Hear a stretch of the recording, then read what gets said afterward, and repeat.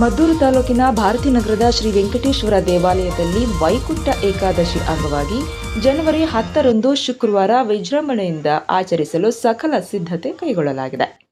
ಶ್ರೀ ವೆಂಕಟೇಶ್ವರ ಸೇವಾ ಸಮಿತಿ ವತಿಯಿಂದ ಆಯೋಜಿಸಿರುವ ವಿವಿಧ ಪೂಜಾ ಕಾರ್ಯಕ್ರಮಗಳ ಪೈಕಿ ಅಂದು ಮುಂಜಾನೆ ವೈಕುಂಠ ದ್ವಾರ ಪ್ರವೇಶದೊಂದಿಗೆ ಶ್ರೀ ವೆಂಕಟೇಶ್ವರ ಸ್ವಾಮಿಯವರಿಗೆ ವಿಶೇಷ ಪೂಜೆ ಜರುಗಲಿದೆ.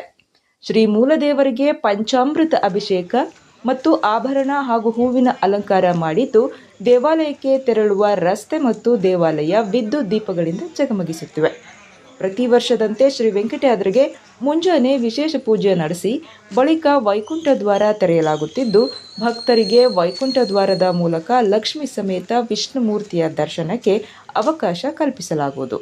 ಇದರಿಂದ ಭಕ್ತರು ವೈಕುಂಠ ದರ್ಶನ ಭಾಗ್ಯ ಲಭಿಸಲಿದೆ.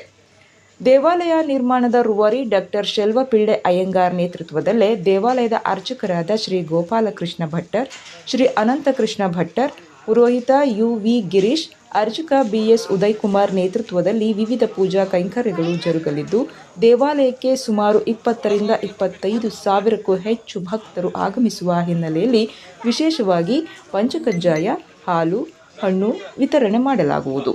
ವಾದ್ಯಗೋಷ್ಠಿ, ಭಜನೆ, ಶಿವಾರ್ ಉಮೇಶ ತಂಡದಿಂದ ಭಕ್ತಿಗೀತೆ ಕಾರ್ಯಕ್ರಮ ಹಾಗೂ ಸಂಜೆ ಮಳವಳ್ಳಿ ಸಂಗೀತ ಶಾಲೆಯ ನಿರ್ದೇಶಕಿ ಸಿಂಧು ತಂಡದಿಂದ ಸಾಂಸ್ಕೃತಿಕ ಕಾರ್ಯಕ್ರಮ, ಹರಿಕಥಾ ವಿದ್ವಾನ್ ಕಾರಸವಾಡಿ ಸಚಿನ್ ಮತ್ತು ತಂಡದವರಿಂದ, ಶ್ರೀನಿವಾಸ್ ಕಲ್ಯಾಣ ಹರಿಕತೆ ಮತ್ತು ರಾತ್ರಿ ಮಲ್ಲರಾಜು ತಂಡದವರಿಂದ ಹೆಬ್ಬೆಟ್ಟು ನಾಟಕ ಪ್ರದರ್ಶನಗೊಳ್ಳಲಿದ್ದು, ಭಕ್ತರು ಹೆಚ್ಚಿನ ಸಂಖ್ಯೆಯಲ್ಲಿ ಆಗಮಿಸಬೇಕು ಎಂದು ದೇವಾಲಯದ ಅಭಿವೃದ್ಧಿ ಸಮಿತಿ ಕೋರಿದೆ.